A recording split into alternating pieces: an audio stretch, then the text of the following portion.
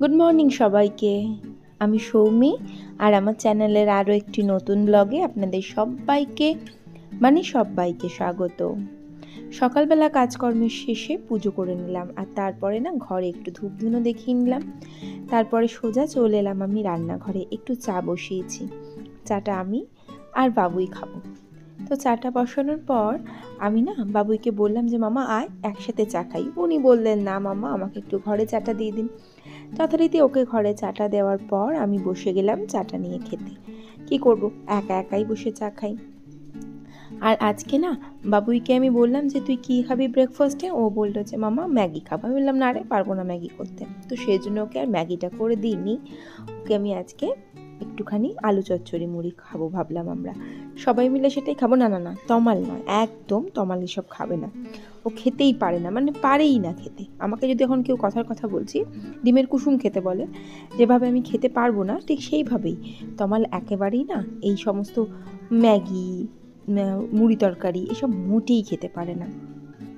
তো সে পরের কথা। এবার আমি ধীরে সিস্তে আমার কাজগুলো শুরু করি। এত হুটোপাটা করার আজকে একদম ইচ্ছে নেই। ভাবলাম একটু শান্তশিষ্ট হয়ে সংসারের সমস্ত কাজ আস্তে আস্তে কমপ্লিট করব। রান্না বাড়া, বাসন মাজা, আর সকালের বাসি কাজ তো অনেক আগেই হয়ে গিয়েছে। তো এরপর আমি আলু চচ্চড়িটা বসিয়ে দিলাম। প্রথমে ভাবলাম প্রেশার কুকারে একটা সিটি দিয়ে নেব, আর তারপরে ভাবলাম যে না থাক, আমি ওই ঢাকা চাপা দিয়েই রান্না করে নিই। তো আজকে একটুখানি পেঁয়াজও দিয়েছিলাম আলু চচ্চড়ির মধ্যে। বাবুই খুব একটা ভালোবাসে না, তাও দিলাম আজকে পেঁয়াজ আলু চচ্চড়িতে। তো এরপর আমি যা যা মশলা বলতে একটুখানি লঙ্কা গুঁড়ো, হলুদ গুঁড়ো আর কিচ্ছু না দিয়ে রান্নাটা কমপ্লিট করব। বেশিক্ষণ তো লাগবে না, পাতলা করে কাটা আলুগুলো একদম সময়ের মধ্যেই হয়ে যাবে।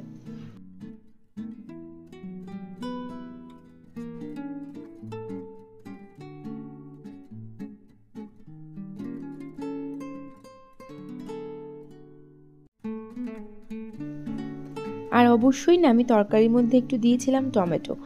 ভালো লাগে আলু চচ্চড়ির সাথে টমেটো দিয়ে, বেশ ভালো লাগে খেতে। তো দিয়ে আমি রান্নাটা কমপ্লিট করে নিলাম। বেশিক্ষণ তো লাগবে না, ওই যে বললাম একটু ঢাকা চাপা দিলেই রান্নাটা কমপ্লিট হয়ে যাবে।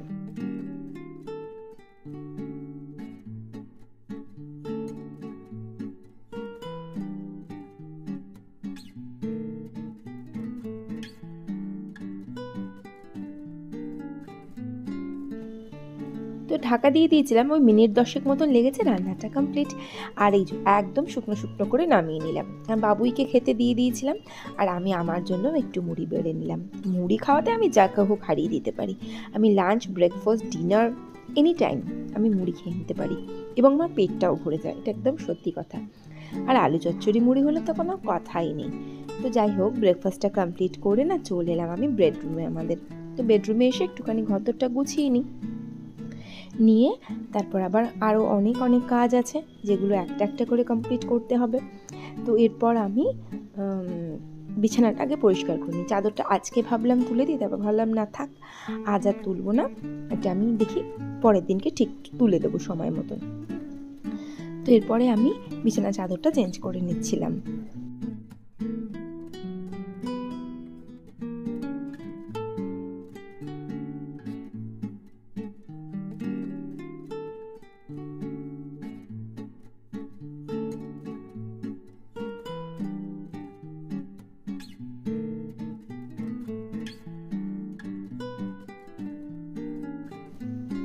তো বিছানাপত্র গুছিয়ে বালিশ কুশন সব ঠিকঠাক করে রেখে তবেই ঘর থেকে যাব। তবে আবার হ্যাঁ, বাবুয়ের ঘরটাও গোছানো হয়নি, ওর ঘরটাও একটু গুছিয়ে দিতে হবে।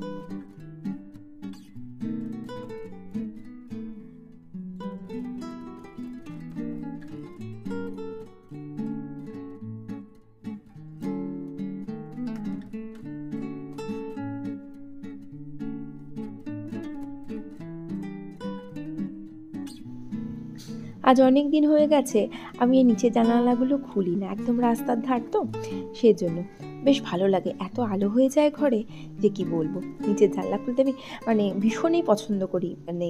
এত আমার আলো আলা ঘর খুব ভালো লাগে। এই জন্য আমার তো একতলার ঘর, খুব একটা আলো হয় না।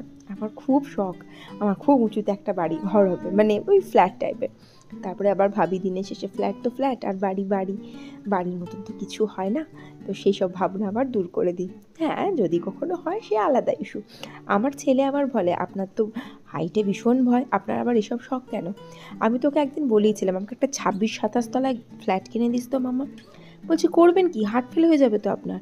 আপনি যদি ব্যালকনিতে যান, আপনি তো খুব ব্যালকনির শখ, আপনি যদি ব্যালকনিতে যান তাহলে তো আপনার শরীর খারাপ করতে থাকবে মাম্মা, কী দরকার আছে?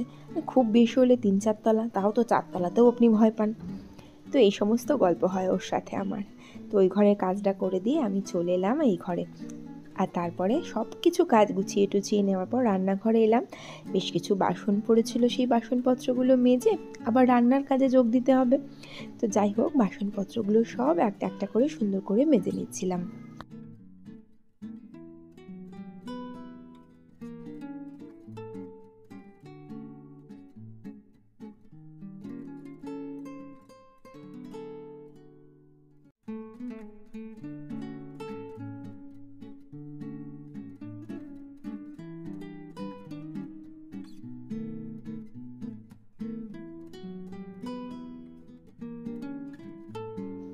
তো বাসন মেজে আমি ভাবলাম চলো এবার চালটা সেই ভিজিয়ে রেখেছিলাম, এবার ভালো করে আরও 1বার 2বার 3বার ধুয়ে নেওয়ার পর আমি রান্নাটা বসিয়ে দেব।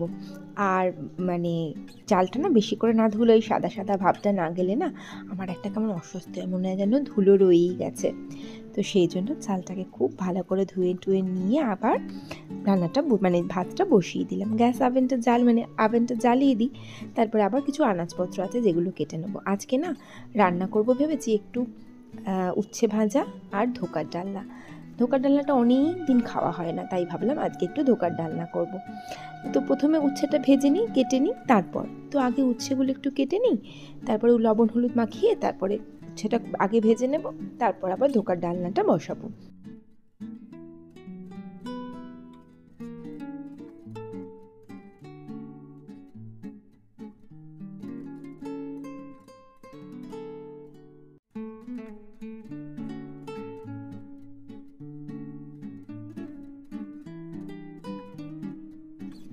তবে না ধোকার ডালনাটা আমি ডাল ভিজিয়ে বেটে ওসব কিছু করব না। ইনস্ট্যান্ট যে ধোকাটা পাওয়া যায় গুঁড়ো, সেইটা আমার বেশিরভাগ সময়তেই আনা হয়। তো সেটাই করব। আসলে আমার না ওই ডাল বেটে খুব একটা মানে আমি ভালো পারি না, যেহেতু আমার ভালো লাগে না, খেতেও স্বাদ লাগে না। তো উচ্ছেতে লবণ হলুদ মাখিয়ে নেওয়ার পর আমি কড়াইয়ের মধ্যে তেল দিয়ে উচ্ছেটা দিয়ে দিলাম। তো একটু ভালো করে এটা ভেজে নিই। বেশ কড়া করে উচ্ছে ভাজা গরম গরম ভাতে বেশ ভালো লাগবে।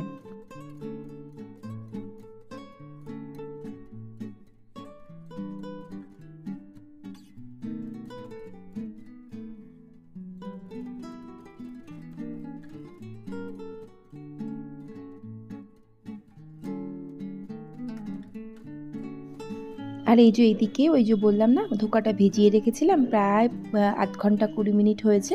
আমি ধোকাটা একটু জল দিয়ে লবণ আর চিনি দিয়ে ভিজিয়ে রেখে দিয়েছিলাম। তো ওইদিকে উচ্ছেটা কড়াইয়ের মধ্যে থাক, আমি ওই কী বলবো ধোকার ডালনা তো আলু দিয়ে করবো, সেজন্য আলুটা কেটে নিই।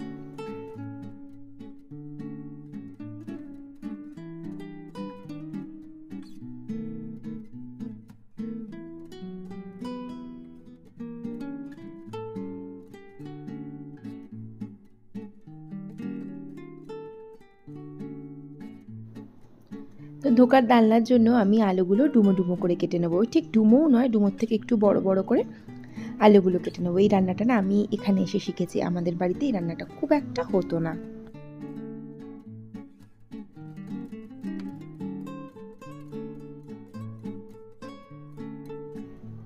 আর ধোকার মশলা হিসাবে আমি একটু লঙ্কা গুঁড়ো, হলুদ গুঁড়ো, ধনে জিরে গুঁড়ো একটা পাত্রে মিক্স করে রেখেছি, মানে জলে ভিজিয়ে। আর এটা হচ্ছে টমেটো, লঙ্কা আর আদা বাটা। তো এদিকে উচ্ছেটাও না বেশ ভাজা ভাজা হয়ে এসেছিলো, আর একটু কড়া করে ভেজে আমি তুলে নেব। আর ভাতটাও বসে দিয়েছিলাম ধিমে চালে, এটাও হচ্ছিল। আর এদিকে মানে এই ধোকার ডালনাটা করার জন্য তো কড়াইয়ের মধ্যে তেল দিয়ে এটাকে ভালো করে শুকনো শুকনো করে নিতে হয়। তো সেটাই আমি করে নিচ্ছিলাম। আর এরপরে একটা পাত্রের মধ্যে সামান্য তেল দিয়ে এই মণ্ডটা তার মধ্যে দিয়ে একটা সুন্দর শেপ দিয়ে সেটাকে মানে একটা জায়গায় জিনিসটাকে সেটেল করে তারপর সেটাকে বরফি টুকরো চৌকো যা খুশি করে কেটে নেওয়াই যায়। তো সেইটাই জন্যই প্রথমে আমি একটা পাত্রের মধ্যে তেল দিলাম, তারপরে জিনিসটাকে দিয়ে দিলাম, দিয়ে তারপর এটাকে একটা শেপ দিয়ে নেব।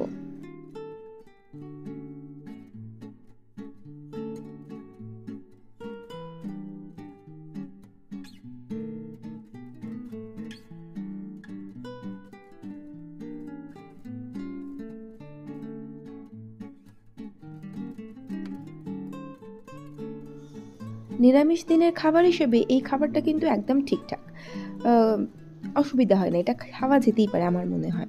মাছ মাংস তো সবসময়তেই খাই, এই খাবারগুলো মাঝে মাঝে কিন্তু আমাদের বেশ ভালো, মন শরীর সব কিছুকেই আরাম দেয়। না শরীরে কতটা আরাম দেবে সেটা আমি বলতে পারছি না, মনকে তো আরাম দেবে, সাত্বিক খাবার যেহেতু, নিরামিষ খাবার। তো একটা করে টুকরো এই ধোকাগুলো আমি ভেজে নিয়েছিলাম, এরকম বরফি করেই কেটেছিলাম। মাঝে মাঝে আমি না চৌকো করেও কাটি, তবে আজকে ইচ্ছা হলো বরফি করে কেটে নিই, তো সেইভাবে কেটে নিয়েছিলাম।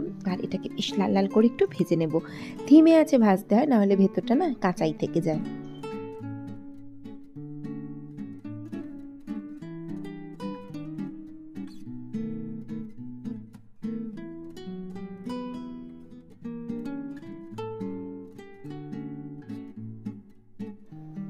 তো ধোকাগুলো ভেজে তুলে নেওয়ার পর সেই কড়াইয়ের মধ্যেই তেলের মধ্যে একটু গোটা গরম মশলা জিরে ফোড়ন দিয়ে আলুগুলো তুলে দিয়েছিলাম, দিলাম একটু লবণ, একটু লাল লাল করে ভেজে নিই আলুগুলো, আর মশলাগুলো সব একটা করে দিয়ে খুব ভালো করে কষাবো। একটু চিনিও দিয়েছিলাম, নিরামিষ রান্না যেহেতু একটু তো চিনি আমি দেবই। তো চিনি দিয়ে আমি ওই তেল ছাড়া অবধি ভালো করে নেড়ে নেব।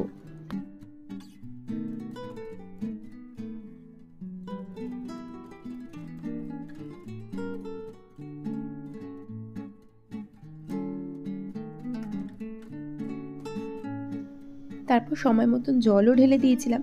এই রান্নাটাতে একটু বেশি জল দিতে হয়, না হলে না ওই ধোকাগুলো দেওয়ার পর ভীষণ জলটা টেনে নেয়, এটা একটা সমস্যার সৃষ্টি করে।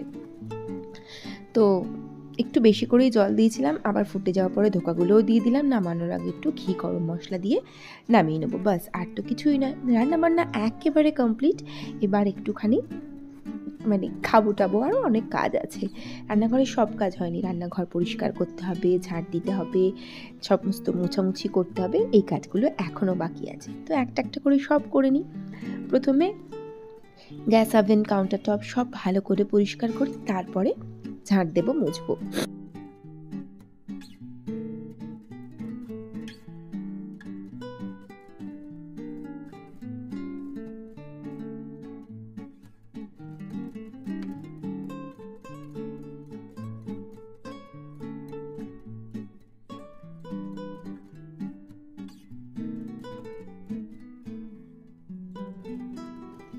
তো গ্যাস ওভেন কাউন্টারটপ মুছে পরিষ্কার করে নেওয়ার পর বেশ কিছু বাসনও পড়েছিল, দেখতেই পাচ্ছেন, সেগুলো ডাইনিং টেবিলেই সাইড করে একটু উপর দিয়ে নিয়েছি। কাজকর্ম এবেলার মতন শেষ। তো ব্লগটা আমি তাহলে এখানেই শেষ করি। ভালো লাগলে প্লিজ পাশে থেকে যাবেন। ভিডিওটা দেখার জন্য থ্যাংক ইউ সো মাচ। দেখা হচ্ছে নেক্সট ব্লগে। Till then, tata.